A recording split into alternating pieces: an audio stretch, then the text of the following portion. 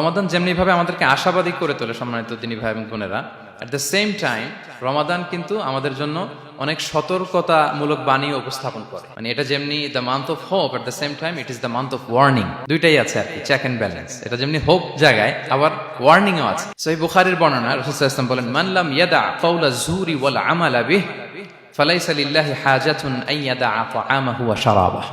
রোজা রেখে যে ব্যক্তি মিথ্যা কথা, মিথ্যা কাজ মানে পাপ কাজ, অন্যায় কাজ ছাড়তে পারলো না, তার না খেয়ে থাকা, না পান করে থাকাতে আল্লাহর কিছু যায় আসে না। তার ওই রোজার আল্লাহর কোনো প্রয়োজন নাই। এটা জাস্ট উপোস, এটা জাস্ট অনাহার, জাস্ট আমি পানি খাইনি, আমি খাবার দাবার গ্রহণ করিনি, দ্যাটস ইট, এতটুকুই। এতে আল্লাহর কিছু যায় আসে না। এটার কোনো সিগনিফিকেন্স আল্লাহ তাআলার কাছে নাই যে রোজাও রাখলো আবার মিথ্যাও বলে, রোজাও রাখলো আবার গীবত করতেছে, রোজাও রাখে অন্যের জন্য অকল্যাণ কামনা করে, রোজাও রাখে খারাপ কাজ করতেছে, নিষিদ্ধ কাজগুলো করতেছে। তাহলে এই রোজা রাখা না রাখা সমান, এই রোজায় কোনো ফায়দা নাই। একটা ওয়ার্নিং পাওয়া গেছে না এখানে, যে ওয়ার্নিং, রোজা রেখে সাবধান, কোনো পাপ কাজের সাথে জড়ানো।